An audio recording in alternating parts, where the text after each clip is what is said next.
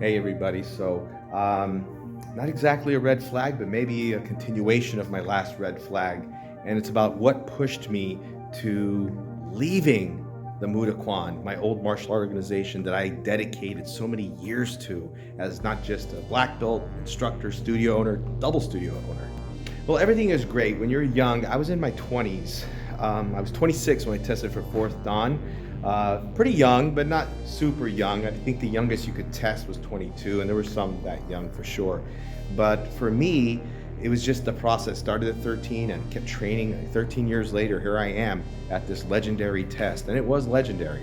I tested in Colorado, got ranked at fourth degree black belt, and then I was put on the right away at the testing table. I was a new young master, and I was certifying people for black belt with a testing board in our region.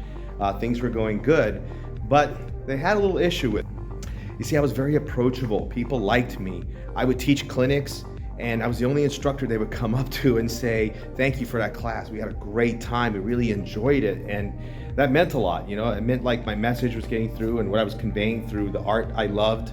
They would tell me all the time, like, you can't be approachable like that. You got to be above them. They would say this. I said, well, that's not me. I'm an approachable person, and I want them to feel like they can ask me questions that I can answer. So it got down to when I tested for fifth degree black belt. That's where the incident happened.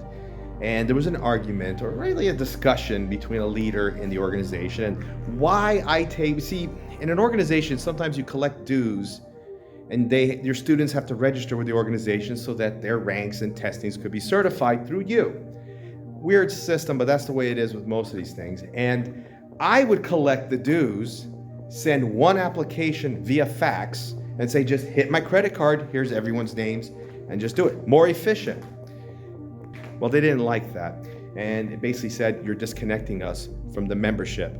And that, I told them, it's like, well, whether you get it in 80 different forms or one form, either way, we're increasing the membership of the organization.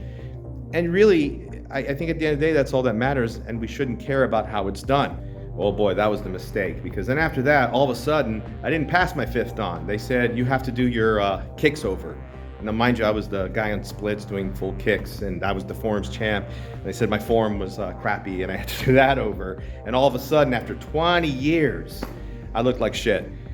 And I went a year back and forth. I drove from Homestead, Florida, which is the end of the tip of Florida, to Mobile, Alabama. The only way to get there is by car. You really can't fly to Mobile, and at that time, and go through this whole round robin.